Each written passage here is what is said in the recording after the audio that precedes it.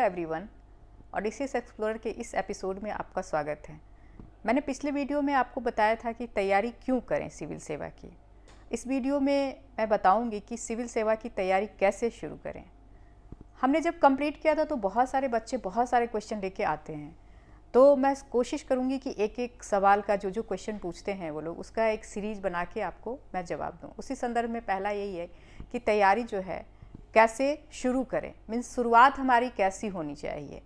तो इसमें जो प्रश्न है कि किस कक्षा से हम शुरू करें, तो सबसे पहले 3 तरह के आप देखेंगे कि स्टूडेंट होते हैं। +2 लेवल के होते हैं, एक जो ग्रेजुएशन में होते हैं उसके दौरान तैयारी कर रहे होते हैं, और तीसरा जो होते हैं आफ्टर ग्रेजुएशन सोचते हैं। तो इसमें तो सबसे बेस्ट जो है आप तैयारी शुरू करने का, अगर आपका एम है, सपना है, तो आप सबसे अच्छा तरीका तो यही है कि आप +2 से ही शुरू करें, उसके लिए सीरियस हो जाएं। लेकिन अब 10th से पहले भी बहुत बच्चे पूछते हैं, बहुत इतने सीरियस होते हैं कि उनको लगता है कि मैं मतलब अभी से शुरू कर दूं।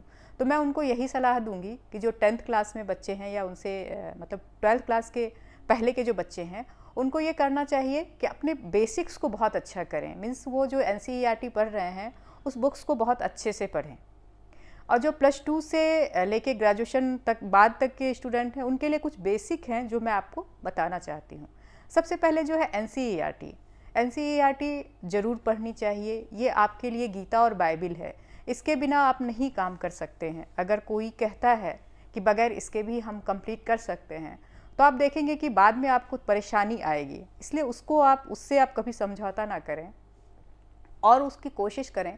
मैंने इसके बारे में NCERT क्यों पढ़ें और कैसे पढ़ें उसके बारे में मैंने वीडियो डाला है, आप उसको देख सकते हैं। और NCERT जो है क्लास 6 से लेके क्लास 12 तक की ये बुक आपको ज़रूर पढ़नी चाहिए, और क्वेश्चन के साथ देखें उसको, तो काफ़ी आपको इसमें सहयोग मिलेगा। दूसरा है कि सिलेबस बहुत इंपॉर्टेंट चीज़ है, क्योंकि बहुत सारे बच्चे से जब हम मिलते हैं तो वो बोलते हैं कि मैम हम तैयारी करना चाहते हैं, लेकिन उन्हें ये तक पता नहीं होता है कि सिलेबस क्या है हमारा। तो आप जब तक सिलेबस नहीं देखेंगे तो जैसे आपको कहाँ जाना है आपको पता ही नहीं है। हमको जैसे हमें यहाँ से 4 कदम आगे जाने के बाद जाना है क्या है, हमें अगर उसमें चलेंगे तो हमें पता तो होना चाहिए कि आगे हमें वहाँ जाना और उसी डायरेक्शन में जा रहे हैं। तो आपको वो सिलेबस ही बताएगा कि किस डायरेक्शन में आप जा रहे हैं। कुछ भी पढ़ लिया, हमें कहा भारत का संविधान पढ़ने, हमने पूरा संविधान पढ़ लिया, लेकिन आप देखेंगे कि संविधान का कौन से पार्ट से क्या क्वेश्चन पूछे जाते हैं, क्या सिलेबस में डाला गया है, उसको आप एक बार जरूर देखेंगे। ज्योग्राफी के किस पार्ट से क्या पूछा जाता है, हिस्ट्री के कौन से पार्ट से क्या पूछा जाता है, किस तरह के क्वेश्चन होते हैं। तो आप देखेंगे सिलेबस आपके सामने एकदम चिपका लीजिए आप अपने सामने, और उसको डेली देखिए, उसको अंडरलाइन कीजिए, उसको डेली एक बार सुबह उठ के जरूर देखिए, आपके ब्रेन में वो चला जाए। उसके बाद है आपका तीसरा क्वेश्चन बैंक भी मतलब बहुत इंपॉर्टेंट चीज़ है। क्यों? क्योंकि आपने अगर उस सिलेबस के उस पार्ट को पढ़ा है तो उससे कैसे क्वेश्चन पूछे जा रहे हैं, या फिर प्री हो या मेंस हो, या आपको वहीं से समझ में आएगा। तो जब आप पढ़ने बैठेंगे तो आपके दिमाग में एक फ्रेम बनेगा कि हाँ ऐसे क्वेश्चन पूछेंगे, मैंने यहाँ से पढ़ रहा हूँ तो ये क्वेश्चन यहाँ से पूछा गया, मैं सही डायरेक्शन में चल रहा हूँ। तो क्वेश्चन बैंक प्रीवियस ईयर के प्री और मेंस आप दोनों ले लें, ये बहुत इंपॉर्टेंट है। तीसरा चीज़ है आपका जो बेसिक में न्यूज़पेपर। एक न्यूज़पेपर बहुत इंपॉर्टेंट है जो कि आप डेली एक करंट अफेयर्स जो है, ये आपका प्री में, मेंस में, इंटरव्यू में कहीं भी आपका बहुत इंपॉर्टेंट है। एस्से में आप किसी भी चीज़ को देखें कि करंट एस्पेक्ट से जोड़ के उस क्वेश्चन को पूछा जाता है, तो आप करंट के लिए एक न्यूज़पेपर, मैं तो सजेस्ट करूँगी आपको द हिंदू आप पढ़ें अगर पढ़ सकते हैं तो, और कोशिश करें कि ज़रूर उसको पढ़ें आप, क्योंकि ये जो देता है उसमें काफ़ी अच्छे मतलब आर्टिकल्स होते हैं, उसमें जो एडिटोरियल होता है बहुत अच्छा होता है, न्यूज़ भी बहुत अच्छा कवर होता है। और दूसरा है इंडियन एक्सप्रेस, दोनों में से आप दोनों कोई चूज कर सकते हैं।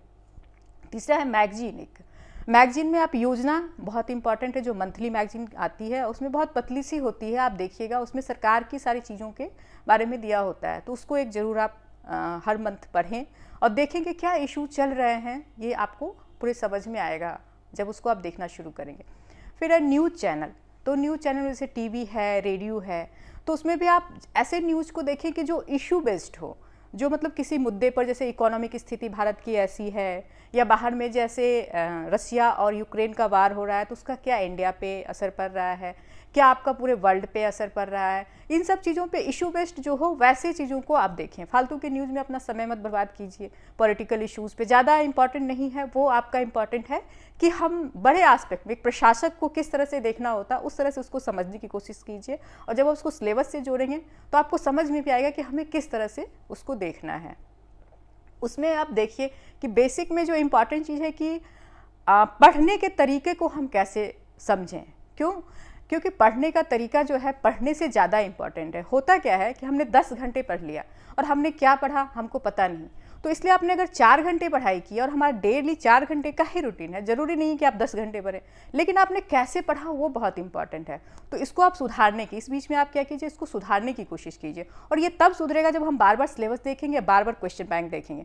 तो आप देखेंगे खुद ब खुद आपके अंदर आएगा कि हमें हैबिट एक डेवलप होगी कि अच्छा हमको इस तरह से इसको पढ़ना है। फिर दूसरा है कि जो पढ़ें उसको समझें, रटने की कोशिश मत कीजिए, क्योंकि रटने से आप बहुत बड़ा एग्ज़ाम, यूपीएससी जैसे एग्ज़ाम को क्लियर नहीं कर पाएंगे। इतने सारे सिलेबस हैं, इतना आपका 1 साल का एग्ज़ाम है, तो आप बहुत जब तक चीज़ों को एक दूसरे से जोड़ नहीं पाएंगे, जब तक आप इंटीग्रेट नहीं कर पाएंगे, तो आप संभव नहीं है कि यूपीएससी जैसे एग्ज़ाम को आप क्लियर कर पाएँ। तो इसलिए आप उसको समझने पर ज़्यादा फोकस करें। जब आप समझेंगे तो खुद ब खुद आप फैक्ट आपको याद हो जाएंगे, लेकिन आप समझेंगे तब उसको आप अच्छे से जोड़ पाएंगे। फिर है कॉन्सेप्ट। कॉन्सेप्ट बहुत इंपॉर्टेंट है और कॉन्सेप्ट एक दिन में बनता नहीं है। जैसे आप किसी चीज़ को थॉरोली पढ़ते हैं, एजुकेशन हो या फिर कोई भी टॉपिक हो, तो आप उसको जब थॉरोली पढ़ते हैं तो एक कॉन्सेप्ट आपका डेवलप होता है, तो उसको एक बनाने की ज़रूर कोशिश करें। और जब हम लोग पढ़ लेते हैं तो लिखने का प्रैक्टिस बहुत इंपॉर्टेंट होता है, क्योंकि आफ्टर ऑल आपको मार्क्स कहाँ से आएंगे, जो हम कॉपी में लिखते हैं उसी से आपको मार्क्स आते हैं। तो आप लिखने की एकदम मतलब रोज़ आप हैबिट डालें कि हमको लिखना है, 1 घंटा 1.5 घंटा डेली लिखना है। और क्या लिखना है, ऐसा नहीं कुछ भी लिख देना, जो क्वेश्चन दिए गए हैं और जो हमने पढ़ाई किया है कितना हम अपने शब्द में उसको कितना लिख पाते हैं, इस चीज़ की प्रैक्टिस आप डेली कीजिए। फिर एक अच्छा ग्रुप डेवलप कीजिए, एक फॉर्म कीजिए, जो कि बच्चे सीरियस होते हैं आसपास में, उनको आप खोजने की कोशिश कीजिए। एक अच्छा सा ग्रुप बनाइए और डिस्कस कीजिए, हेल्दी डिस्कशन कीजिए, जिससे कि सारे जैसे इश्यूज चल रहे हैं उस पर आपने 4 पॉइंट लिया, उसने कुछ अलग 4 पॉइंट बनाए, तो क्या होता है ना कि आप अलग अलग लोगों के व्यूज़ को समझते हैं। तो इससे क्या होता है ना, आपका ब्रेन भी डेवलप होता है और काफ़ी आप चीज़ों को बहुत बैलेंस तरीके से देख सकते हैं। क्योंकि कभी कभी होता है कि हम खुद अपने से चीज़ों को देखते हैं तो बहुत बायस हो जाते हैं कि अच्छा ये चीज़ें हमारे लिए ठीक है तो सबके लिए ठीक होगी, लेकिन आप दूसरे के व्यूज़ को डालते हैं तो आप देखेंगे कि बहुत बैलेंस सोच पाते हैं। और ये ज़रूरत होती है एक प्रशासक की, तो ये बहुत ज़रूरी है आप एक अच्छा ग्रुप बनाएं और अच्छे से डिस्कस कर लें उन चीज़ों को। अब देखते हैं कि 3 तरह के जो मैंने कैटेगरी बांटे थे कि +2 है, मतलब ग्रेजुएशन के दौरान है और आफ्टर ग्रेजुएशन है। तो इन तीनों में देखते हैं कि कैसे कैसे, बेसिक तो सबको करना है, इनका आप देखिए कि समय के हिसाब से जो +2 में है उनके पास 5 से 6 साल है, तो उनके पास बेसिक बनाने के लिए सफिशिएंट टाइम है।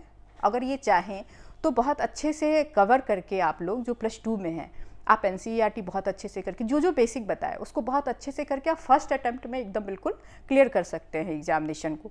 क्यों? क्योंकि उस समय एक अलग जोश भी होता है और खेल खेल में आप पढ़ सकते हैं, आपके पास बहुत प्रेशर नहीं है कि हमको तुरंत कर लेना है। तो ये चीज़ आपके लिए एक पॉजिटिव चीज़ है। लेकिन 5 से 6 साल है तो बहुत लोग सो भी जाते हैं कि अच्छा 5-6 साल बाद देना है। तो अगर आपने इसको बहुत अपने अंदर जागरूक अवस्था में रखा, हमेशा अवेयर रहे इस चीज़ को, तो आप इसको यूटिलाइज कर सकते हैं। तो बहुत अच्छे से आपकी फर्स्ट अटैम्प्ट में आप निकल सकते हैं। दूसरे जो ग्रेजुएशन के दौरान करते हैं उनके पास 3 से 4 साल का समय होता है। अच्छा, जो +2 में है उनको अपना जो है, चूँकि उनको ऑप्शनल डिसाइड नहीं होता है, कुछ भी ले सकते हैं, तो GS को ज़्यादा फोकस करके करें।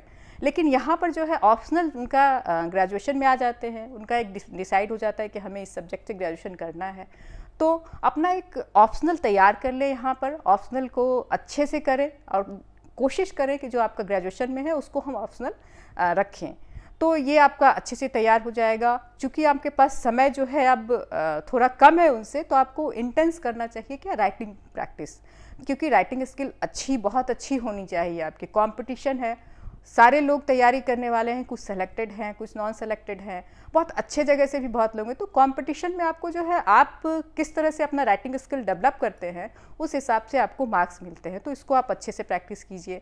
फिर आप यहाँ पे टेस्ट सीरीज एक जरूर ज्वाइन कर लीजिए। लास्ट ईयर में आके आप एक टेस्ट सीरीज ज्वाइन कीजिए, ताकि आपको एक पता चलता रहे कि हमारा लेवल जो है कहाँ है और कहाँ हम जा रहे हैं। तो आप देखेंगे कि ग्रेजुएशन कंप्लीट होते होते फर्स्ट अटैम्प्ट आपने दिया, तो फिर आपका सिलेक्शन के चांसेस बहुत ज़्यादा बन जाते हैं। आफ्टर ग्रेजुएशन आपके पास 1 से 2 साल समय है और पूरी तैयारी में 1 से 1.5 साल का समय लगता ही लगता है। ये चूँकि इतना बड़ा सिलेबस है और आपका कॉन्सेप्ट अच्छा होना चाहिए और पूरे 1 साल का आपका कवर होना चाहिए, जितना करंट इशू है। तो आपको 1 साल का समय, 1 से 1.5 साल का समय लग जाएगा। तो आपके पास बहुत ही कम समय है आफ्टर ग्रेजुएशन। फर्स्ट अटेम्प्ट में निकालना चाहते हैं तो काफ़ी इंटेंस करें इस चीज़ों को, टेस्ट सीरीज ज़रूर ज्वाइन करें और सिलेबस को ज़रूर देखें और राइटिंग स्किल अपनी बहुत अच्छी रखें, तो फर्स्ट अटेम्प्ट में आप लोगों का निकल जाएगा। अब देखेंगे इसके अलावा बहुत सारे क्वेश्चन पूछते हैं, तो मैं एक एक करके अलग अलग बच्चों मतलब जो पूछते हैं मैं कोशिश करूंगी अलग अलग वीडियो देने की, क्योंकि जब हम तैयारी करते हैं तो नो डाउट अगर हमें सही गाइडलाइन मिले और सही समय पर मिले तो हम बहुत जल्दी अचीव कर पाते हैं उन चीज़ों को, और अगर वही नहीं मिलता है तो हम मतलब कहीं ना कहीं भटक जाते हैं और कॉम्प्रोमाइज़ करना शुरू करते हैं अपने लाइफ में। तो ये आप लोगों के साथ ना हो, मेरी ये कोशिश होगी। तो मैं नेक्स्ट वीडियो में आऊँगी और जो बच्चे सवाल करते हैं उसको लेकर। तब तक के लिए धन्यवाद।